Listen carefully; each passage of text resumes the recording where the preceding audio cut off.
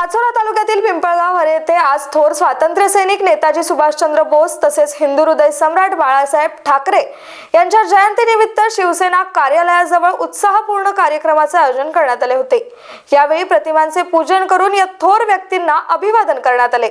या कार्यक्रमात सरपंच कैलासप्पा क्षीरसागर, कोमलाबा देशमुख, गोरख तात्या पाटील, अशोक पाटील, देवदास पाटील, शामराव महाजन, भगवान पाटील, नाना सरकार, रवी गीते, किरण टेलर, दिलीप जैन, राजू मालकर, पवन तेली, विजय काळे, बाजीराव गीते, मुकेश चौधरी, भारत बडगुजार, अल्लाउद्दीन तडवी, नवाब पठाण, अंतिम महाजन, अनीस खाटकी, बाळूदादा रामसे आणि तोताराम पाटील यांसह आदी मान्यवर उपस्थित होते।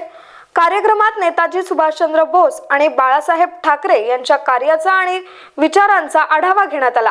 यावेळी उपस्थितांनी त्यांच्या कार्याला अभिवादन करून त्यांच्या विचारांवर चालण्याचा संकल्प केला।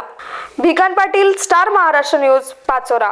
नवनवीन घडामोडी पाहण्यासाठी स्टार महाराष्ट्र न्यूजला सबस्क्राइब करा आणि ताज्या बातम्यांचे अपडेट मिळवण्यासाठी बेल आयकॉनला प्रेस करा आणि परिपूर्ण बातमी बरोबर रहा, इतरांपेक्षा एक पाऊल पुढे।